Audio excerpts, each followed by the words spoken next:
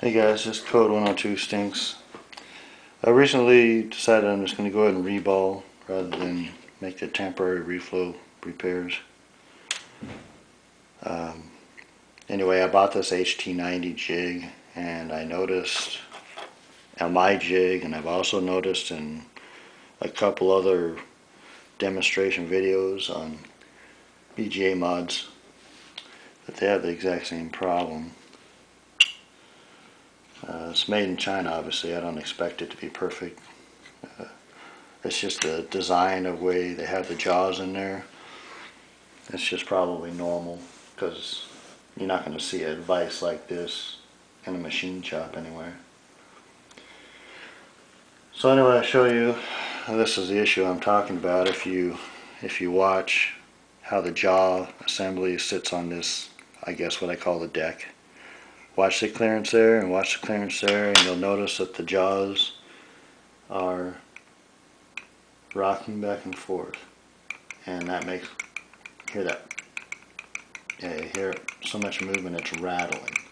Okay, I've seen that in a couple of videos, so it's a common thing. It's just the way they are. So what I did was, right off the bat, I'm a mechanic by trade, so I know what the problem is. You got a bolt going through the lower part of the jaws, and then the jaws actually clamping on your chip at the very top of the jaws. So the jaws are basically pushing back. They're not straight up and down anymore. They're being cocked backwards. So to fix that problem, you need to be able to clamp on something that is equal thickness at the bottom of the jaws to keep the jaws straight. So take the chip out. Well, first off, I'm getting ahead of myself. So what I did was, I'm measuring between the jaws with my, let me zoom out so you can see this, my caliper. So what I do is I take a measurement between the jaws at this point, and I take that measurement, and you can take some, well, I didn't have any tubing at the moment, and I didn't have any kind of channel aluminum that would work, so I just took a piece of flat steel, and if you notice, if you look at it, you can see down here, you get these contact points. I cut away the part away from the bottom edges because I only wanted to contact the jaws at the very bottom.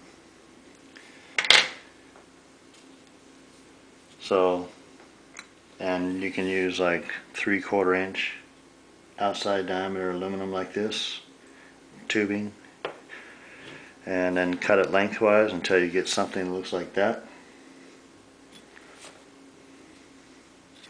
And you use your micrometer, and I cut it a little bit long, and then you want to make sure these two contacts are parallel with the body, and then the other two contacts, you just take a file or a grinder and you would grind just a tiny bit at a time until your micrometer says that both sides are the same measurement. So I will just show you with the first shim that I made. Drop it in place, put the GPU back in place,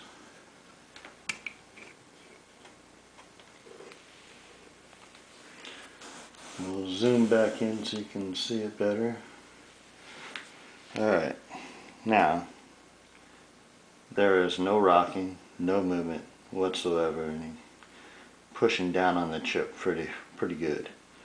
And not only does it keep the chip from rocking, but when these jaws get cocked, it doesn't hold the chip as securely either. And sometimes when you're trying to smear on your flux with your finger and you get over to the ends, the sides, you probably find that your chip like falls out and you have to reinstall it in the jaws. With the jaws straight up and down, it actually holds the chip more firmly. I mean, I'm pushing on it pretty hard and it's not popping out.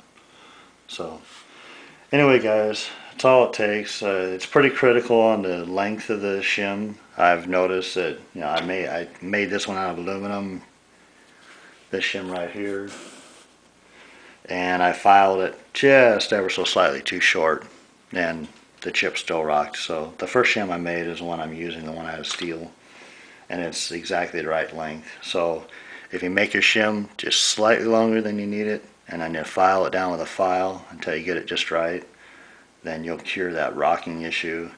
And when I put my stencil on with the balls are all sitting at the same height, poking through the, sitting in there. So that's all there is to it. Obviously, the only issue you're really going to have is with larger BGAs like this one, and when you do a PS3. So if you use a different size chip, you want to make a different. You're gonna have to make a new shim for every different size chip you use. But I've done 2 reballs with my shim, and it's worked phenomenal both times.